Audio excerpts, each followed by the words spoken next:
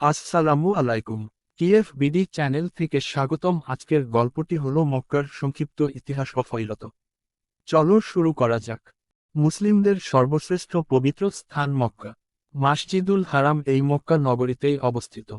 আখেরি জামানার নবী মুহাম্মদ সাল্লাল্লাহু আলাইহি ওয়াসাল্লাম এখানেই জন্মগ্রহণ করেন এবং হেরা পর্বতে অহিপ্রাপ্ত হন। নবুয়তের 13টি বছর তিনি এখানে অতিবাহিত করেন। এত সব মর্যাদার কারণে সকল মুসলিমের আগ্রহের কেন্দ্রবিন্দু হল তাকে পবিত্র মক্কা নগরী ও তার ইতিহাস সম্পর্কে জানা। এই নিবন্ধে তার সংক্ষিপ্ত ইতিহাস তুলে ধরা হল।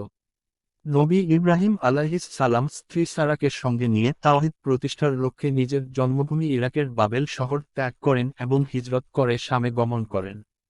অতঃপর শাম থেকে মিশরে পৌঁছলে সেখানকার অত্যাচারী চরিত্রহীন লম্পট শাসক তার সুন্দরী স্ত্রীর প্রতি আকৃষ্ট হয়ে অনৈতিক কর্মের বাসনা দেখাতে গিয়ে আল্লাহর গবে নিপতিত হন। এতে শাসক ভীত হয়ে নিজের দাসী হাজেরাকে সারার খেদমতে দান করে দেন। এই হাজেরাই হল ইসমাইল আলাইহিস সালামের মা। এক সন্তান ইসমাইল আলাইহিস সালাম এর জন্ম হওয়ায় স্বাভাবিকভাবে হাজেরার প্রতি ইব্রাহিম আলাইহিস সালামের ভালোবাসায় একটু বেশি হয়ে যায়, কিন্তু সারার পক্ষে তা মেনে নেওয়া কষ্টসাধ্য হয়ে পড়ে।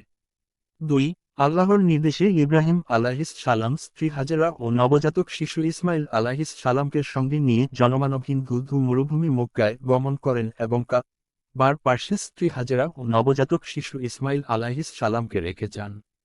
মূলত ইব্রাহিম আলাইহিস সালাম মক্কায় মানবজাতির বসবাসের সূচনা করেন, যদিও কেউ কেউ বলেন মক্কার আশেপাশে আমালিকা সম্প্রদায় বসবাস করত।